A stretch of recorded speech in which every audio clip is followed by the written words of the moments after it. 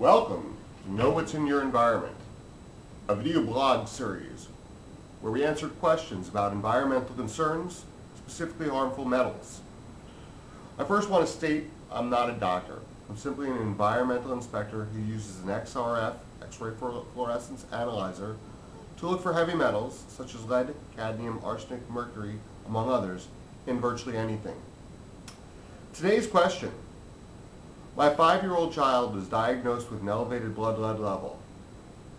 Is there anything in my home that can be the cause of this elevated blood lead level? How do I find the cause of this elevated blood lead level? And what do I do to lower the elevated blood lead level? Unfortunately, the short answer is yes. Your home or the items within the home could be the source of your child's elevated blood lead level. This could include the paint, the structure, soil, toys, ceramics, jewelry, among other objects that your child has a direct relationship to. Now, to find the cause of this elevated blood lead level, you could use a lead testing kit. However, the CPSC recommends or states that they are fairly unreliable. I would personally recommend the use of an XRF analyzer by a trained inspector in combination with an environmental questionnaire. XRF analyzers are non-destructive, low-cost, efficient, and accurate way to determine if heavy metals are present and or if they are not present in almost anything. Consumer products, housing structure, soil.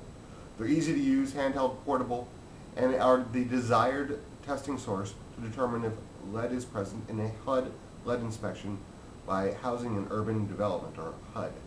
What do you do to first lower the elevated blood lead level? Well, first, of course, I would highly recommend going to see your doctor, your pediatrician with your child.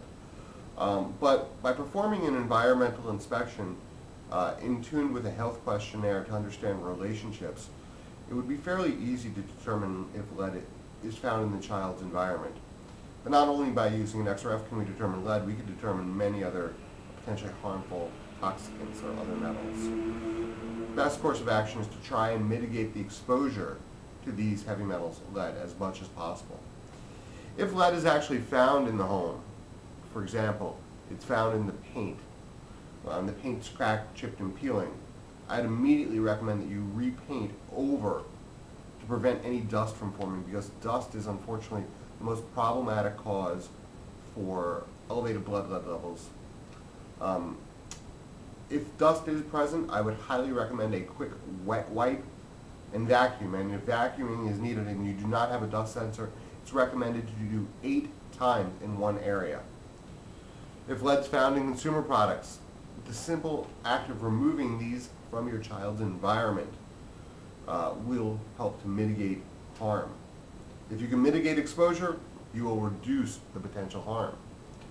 With knowledge of your environment, you can simply make educated decisions as to what you and your children interact with or are exposed to. And that relationship is the key. So I want to first thank you for joining me on my first blog series about Know What's in Your Environment. If you have questions, please submit them to questions@esco-safetycheck.com. Please stay tuned for more, and remember, know what's in your environment, mitigate harm.